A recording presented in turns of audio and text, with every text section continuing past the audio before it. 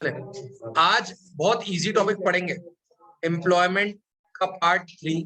अच्छा, ये employment chapter को इतना टफ है ही नहीं, अगर आप इसको देखोगे ना तो रेगुलर लेवल पे जो आपकी रोजमर्रा की जिंदगी में होता है हम वही पढ़ रहे हैं।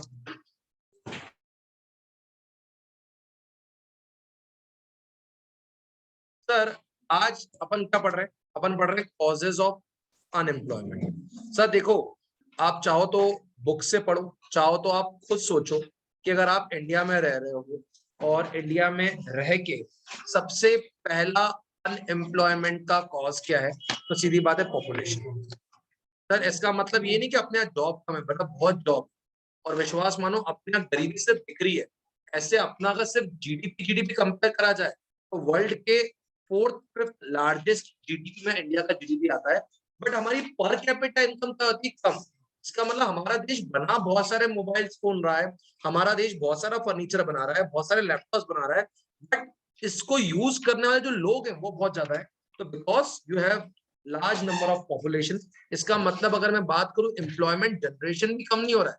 अगर देश हर साल 2 करोड़ नौकरियां, 2 करोड़ एम्प्लॉयमेंट अपॉर्चुनिटीज पैदा करती है देश के अंदर, तो अगर आप 3 करोड़ बच्चे पैदा कर दे रहे हो तो इसमें देश की थोड़ा गलती है, इसमें आपकी गलती है। बच्चा पैदा करने का रेट रोको, वहां पे तो 2 करोड़ जॉब पैदा कर रहे हैं, इतने यूएस भी नहीं कर पाते अपन।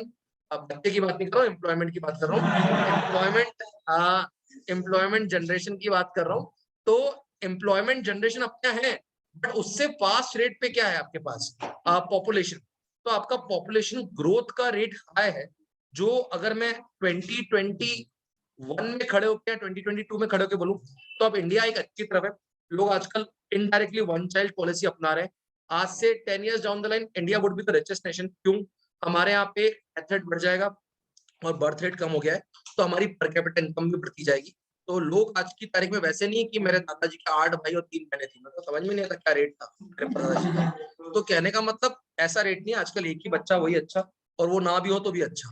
तो क्या कि पॉपुलेशन का रेट हाई है हमारे यहाँ पे, पहला। सर सेकंड अगर अपन बात करें तो हमारे यहाँ पे सेकंड पार्ट है डिके ऑफ वेल्थ। डिके, या मैं बोलूंगा लूट of wealth in British era. मैं अगर आपको बात बताऊं तो आप कभी थोड़ा सा 1940 और 47 से रिलेटेड कोई मूवीज देखना। ब्रिटिशर्स एक मूवी आई थी, मूवी का नाम ही था अक्षय कुमार की ब्लू। उसमें जो इस मूवी का लॉजिक था कि जब ब्रिटिशर्स यहाँ से जा रहे थे तो वो शिप्स में भर भर के सोना लेके जा रहे थे, मतलब पूरी पूरी शिप्स, मतलब अप्रोक्स 20,000 टन ऑफ गोल्ड वो इंडिया का लूट के ले गए। अब इसका मतलब आपका देश आजाद तो हुआ, लेकिन आपका देश एक बोलते ना पूरा लूटेड देश था, डिके ऑफ वेल्थ का देश था, हमारे पास वेल्थ ही नहीं थी हम कोई चीज कर पाए। तो this is the second important point कि आपको समझना पड़ेगा कि जिसके कारण हमारा अनएम्प्लॉयमेंट ज्यादा है। हमारा पैसा ही नहीं था, तो हमारे पास वेल्थ ही नहीं थी, तो हम एम्प्लॉयमेंट कैसे जनरेट करें? अगर मैं थर्ड बात करूं तो स्लो इकोनॉमिक ग्रोथ, इसमें मैं थोड़ा सा समझाना चाहूंगा बच्चों को। स्लो इकोनॉमिक ग्रोथ का कारण बहुत सारे थे।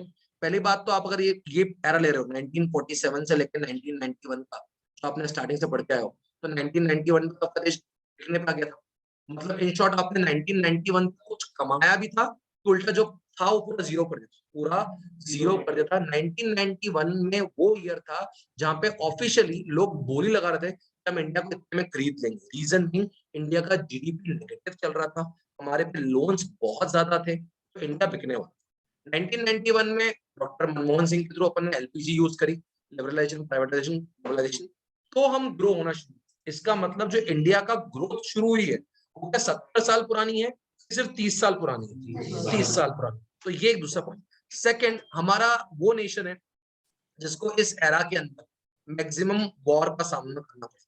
कोई भी देश आजाद होते से इतने सारे वॉर नहीं करता। हमने 1947 में एक वॉर किया पाकिस्तान से ऑन कश्मीर, देन हमने 1962 में चाइना से वॉर किया, देन अपने 1965 में अगेन वॉर किया विद पाकिस्तान, 1971 में हमने फिर से वॉर किया पाकिस्तान के साथ ऑन अकाउंट ऑफ बांग्लादेश, 1999 में फिर वॉर किया।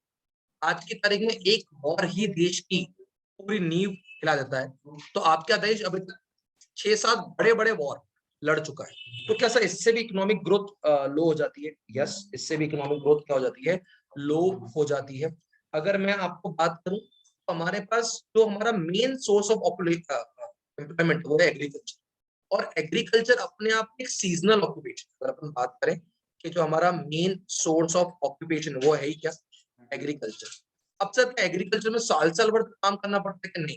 एग्रीकल्चर में जिस समय आपको खेती में वो बीज बोने हैं तब काम करना है, तब फसल कटेगी तब मेन काम करना है। बाकी टाइम पे जो लोग होते हैं, किसान होते हैं, वो क्या रहते हैं? अनएम्प्लॉयड, काम नहीं रहता। तो ये सीजनल ऑक्यूपेशन।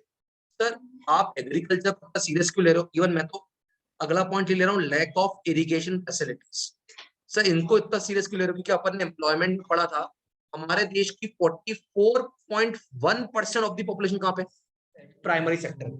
तो 44.1% ऑफ द पॉपुलेशन अपना रोजगार कमाती कहां से? प्राइमरी सेक्टर से। तो अगर उस प्राइमरी सेक्टर में आपके पास इरिगेशन फैसिलिटी नहीं है, अगर उसमें एग्रीकल्चरल सीजनल ऑक्यूपेशन है, तो बाकी टाइम पे किसान बैठा रहता है जब तक क्रॉप्स उगे। आप खुद सोचो, कभी आप एक किसान के समान अपने घर में एक पौधा उगाओ, बीज लगाओ आराम से, और जब तक वो उग के बढ़ नहीं रहा है तब तक आप क्या काम करो? रोज से उसको पानी डालोगे। क्या उसका मतलब एम्प्लॉयड हो? इसका मतलब डिस्गाइजली क्या हो? अनएम्प्लॉयड। और जब तक वो पौधा उगेगा नहीं तब तक आप इनडायरेक्टली क्या हो? अनएम्प्लॉयड। तो सर इसलिए मैं अगर बात करूं तो हमारे यहाँ पे जो एग्रीकल्चर है वो क्या है? सीजनल एम्प्लॉयमेंट है, रेगुलर एम्प्लॉयमेंट नहीं। सर थर्ड एक पुराना पॉइंट है जो कि अब उसका एग्जिस्ट नहीं करता, वो था limited mobility of labour. Limited mobility of labour, जो कि अब लोग कर रहे हैं। बट हाँ ये पॉइंट है, लिमिटेड मोबिलिटी ऑफ लेबर। इसका मतलब लेबर अपना गांव नहीं छोड़ना चाहता, लेबर बहुत बार अपना शहर नहीं छोड़ना चाहता अच्छे जॉब्स के लिए। आजकल छोड़ रहे हैं, आजकल हम लोग इंदौर में रहने चाहते, जो इंदौर में रह रहे हैं वो मुंबई जाना चाहते हैं, तो मुंबई में रह रहे हैं वो यूएस जाना चाहते हैं, और अब यूएस का तो यही बात है।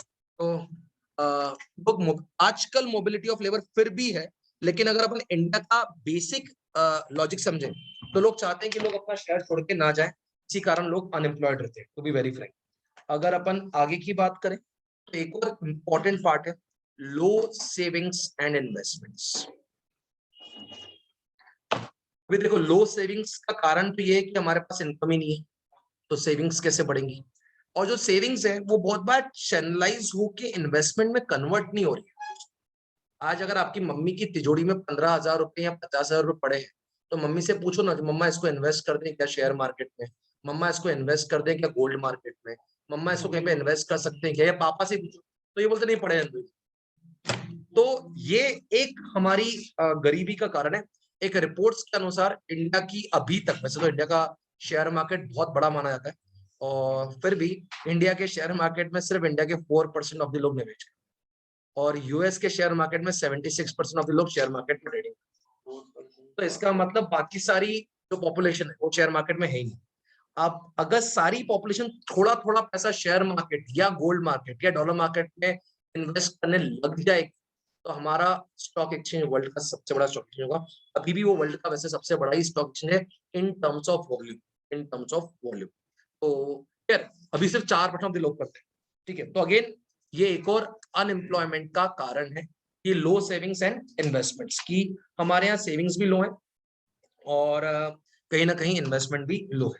अभी सर इसके लिए क्या कर रहे हैं, गवर्नमेंट क्या कर रही है? तो अगर अपन बात करें कि कि गवर्नमेंट क्या कर रही है, और हेडिंग क्या डालेंगे अपन? Government and employment generation. Government and employment generation. Sir अगर अपन गवर्नमेंट एंड एम्प्लॉयमेंट जनरेशन के बारे में कुछ बातें समझें कि यहाँ पे गवर्नमेंट के कैसे प्रोग्राम है, तो सबसे पहला प्रोग्राम तो मुझे आपको बताना चाहिए कि जो लेटेस्ट है वो है स्किल इंडिया मूवमेंट। अगर मैं बात करूं, सेकंड है मेक इन इंडिया, और थर्ड है स्टार्टअप्स जो अभी अभी शुरू हुआ है। अभी इसमें क्या होती है, सरकार आपको ऑनलाइन एप्स के थ्रू, सरकार की खुद की एक ऐप है, स्वयं पोर्टल है। अब इस स्वयं पोर्टल के थ्रू आप क्या कर सकते हो, आप इस पर लॉग इन करके कोई सा भी स्किल जरूरी नहीं कोई सॉफ्टवेयर, आपको सॉफ्टवेयर सीखना हो कोई तो आप सॉफ्टवेयर सीख सकते हो। आपको ये सीखना है कि कढ़ाई बुनाई कैसे होती है, आप ये सीख सकते हो। आपको कोई मशीन चलाना सीखना है तो मशीन चलाना सीख सकते हो। आपको एक्सेल सीखना हो तो आप एक्सेल सीख सकते हो। सरकार का क्या एम है, आप स्वयं पोर्टल के थ्रू रजिस्टर्ड होके कोई भी स्किल सीखो और उस स्किल का सर्टिफिकेट उसी पोर्टल पे अपलोड करो, तो हम ट्राई करके 80% ऑफ द लोगों को जॉब देंगे। बहुत मिलता नहीं है, बट यस, सरकार सोचती है कि पहले आप स्किल डेवलप करो। स्किल के लिए उसने ऑनलाइन वीडियो लेक्चर से लेकर हर चीज देके रखी है। तो स्किल इंडिया मूवमेंट का मतलब क्या था, ये जैसे प्रैक्टिकली बताऊं तो ये आज से 10-12 साल पहले शुरू हुआ था, जब हमारे पास स्किल्स थी नहीं। टू वेरी फ्रैंक, हमारे पास स्किल्स नहीं थी। हमारे पास स्किल्स आई है 16-17 के बाद, जब से जियो आया था ना, तब से अपन ने बहुत अच्छा यूज करा। 15-16 में जियो आया था, तब से अपन ने चीजें ऑनलाइन सीखना शुरू करी। वरना 10-12 साल पहले हमको नहीं मालूम था कि एक्सेल कैसे चलता है, वर्ड कैसे फास्ट चलता है, अलग अलग सॉफ्टवेयर कैसे वर्क करते हैं, कोडिंग कैसे होती है, सब हमको नहीं आता था। इवन बहुत सारे लोग कढ़ाई बुनाई घर बैठे बैठे अलग अलग, अब बोलते हैं गिटार सीखना भी अपने आप में स्किल हो गई, ये सब नहीं आती। तो सरकार ने स्वयं पोर्टल पे ये सब सिखाना शुरू करा और बोला कि इसका सर्टिफिकेट लो और भारत सरकार से क्या लो, job. First. Second, Modi ji ने पिछले 10 साल में चिल्ला चिल्ला के बोल दिया make in India, make in India, make in India. इसका मतलब क्या है, हर वो चीज जो आपको इंपोर्ट करनी पड़े उसका सब्स्टिट्यूट आप इंडिया में डेवलप करो। अगर आप प्रैक्टिकली अगर मैं आपको बताऊं तो अभी आने वाले टाइम पे और बड़ी बात होने वाली है कि वर्ल्ड में सबसे ज्यादा जरूरत होती है सिलिकॉन चिप्स की। तो किसी भी मोबाइल या किसी भी डिजिटल, अगर आप मोबाइल हो गया, लैपटॉप हो गया, आपके कार का ईवी सिस्टम हो गया, सब में वो सिलिकॉन चिप्स की जरूरत पड़ती है। अब ये सिलिकॉन चिप्स का सबसे बड़े सप्लायर्स हैं चाइना, जिसकी फैक्ट्री इंडिया में लग। अब इसका मतलब क्या, सिलिकॉन चिप्स की इवन वर्ल्ड में भी शॉर्टेज चल रही है। इसी कारण आपके लैपटॉप से लेके कोई भी इलेक्ट्रॉनिक गैजेट्स बहुत महंगे आ रहे हैं इस एक साल के अंदर कंपेरेटिवली। तो फिर उसके ऊपर अगर बाद में बात करेंगे, हम लोग मेन बात किसके बारे में करें, मेक इन इंडिया। तो मेक इन इंडिया के बारे में बात करें तो हर वो चीज जो बाहर बनती है आप उसको इंडिया में बनाओ। चाहे वो कोई साड़ी हो, चाहे वो कोई मोबाइल फोन हो, चाहे वो कोई भी टेक्नोलॉजी हो, चाहे कोई बड़ी मशीन हो, अगर आप मेक इन इंडिया कर रहे हो तो सरकार ने इस मेक इन इंडिया के थ्रू जोड़ दिया एम्प्लॉयमेंट जनरेशन। क्योंकि अगर इंडिया में चीजें बनेंगी तो कहते हैं एम्प्लॉयमेंट इंडिया में आएगा। अगर मैं आपको बात करूं कि बहुत सारी कंपनीज इंडिया में, जैसे अभी टेस्ला भी है, तो टेस्ला को इतने साल क्यों लग गए, इवन टेस्ला अभी भी हॉल्ट पे चल रहा है, क्यों? सरकार ये बोल रही है कि आप अगर इंडिया में आके सेटअप लगा के कुछ काम करना था तो हम करने देंगे। आप बोलोगे बाहर से सेटअप करेंगे और बाहर से आके इंडिया में कोई मोबाइल बेचना है तो हम अलाउ नहीं करेंगे। तो सरकार मेक इन इंडिया पे बहुत फोकस कर रही है। टेस्ला ने अपना ऑफिस खोल लिया, मतलब अपना प्लांट डाल लिया बैंगलोर में से। अब स्टार्टअप इंडिया, सरकार को समझ में आ गया बॉस, हर किसी के घर पे जाके हम जॉब तो सकते नहीं है, एंटरप्रेन्योरशिप। और आजकल लोग जो ऐप डेवलपमेंट के थ्रू कमा रहे हैं, अलग अलग प्रकार के ऐप आ गए हैं। अगर अपन देखें तो अभी किसी ने सोचा था कि स्विगी टाइप की कोई ऐप होगी, जोमेटो टाइप की कोई ऐप होगी। हाँ, हम 3-4 साल में से काफी अकस्टम हो गए, ये जोमेटो तो है ना। आपने आज से 5 साल में सोचा था क्या कि मेरे को मेरे फेवरेट रेस्टोरेंट से लेके मेरे घर कोई खाना आके लगा के देगा? इसके अलावा अगर आपको बताऊं तो बैंगलोर, इवन इंदौर में भी ऐसी ऐप चालू हो गई है कि अगर मैं अपना मोबाइल घर में भूल के आ गया, अब मुझे पता है कि मेरे को मेरा मोबाइल घर पे लेने जाना पड़ेगा, तो इसके लिए एक ऐप बन गई है कि आप कुछ चीज अपने घर से लेके अपना ऑफिस में किसी जगह बनाना चाहते हो, 10 रुपए किराया दो, आपके घर तक आ जाएगी, स्विगी टाइप की। एक मिनट, ऐप के बारे में बात कर रहा था। हाँ, चले तो ऐसी ऐप बन चुकी है। ऐप ऐसी बन चुकी है, विश्वास मानो बैंगलोर में इसके पास अप्रूव होने वाली है। सिर्फ ट्रैफिक के थ्रू वो ऐप रुकी हुई है। आपके जूते हैं और वो जूते पहन के आप हवा में उड़ सकते हो। और या बैंगलोर में ऐप क्यों आ रही है कि बैंगलोर में ट्रैफिक बहुत होता है, तो लोगों को अपने ऑफिस तक पहुंचने पहुंचने में 1 घंटा लगता है। तो ऐसा ऐप स्टार्टअप हुआ है कि जूतों के नीचे वो जैसा थोड़ा सा रॉकेट टाइप का होता है जिससे वो हवा में उड़ता है, तो उससे आप स्क्रॉल कर सकते हो। ये ऐप आ चुकी है, ये जूता आ चुके हैं। ये सिर्फ ट्रैफिक वालों ने इसको अप्रूवल नहीं दिया है कि इससे आप एयर एयर एयर ट्रैफिक कैसे रोकोगे, मतलब इंसान जा रहा है चलते हवा में, गला कट जाए किसी वायर से। तो ऐसी एप्स आ चुकी है, ठीक है ना। हाँ, चल चल, तो पहले यहाँ तक लिखो।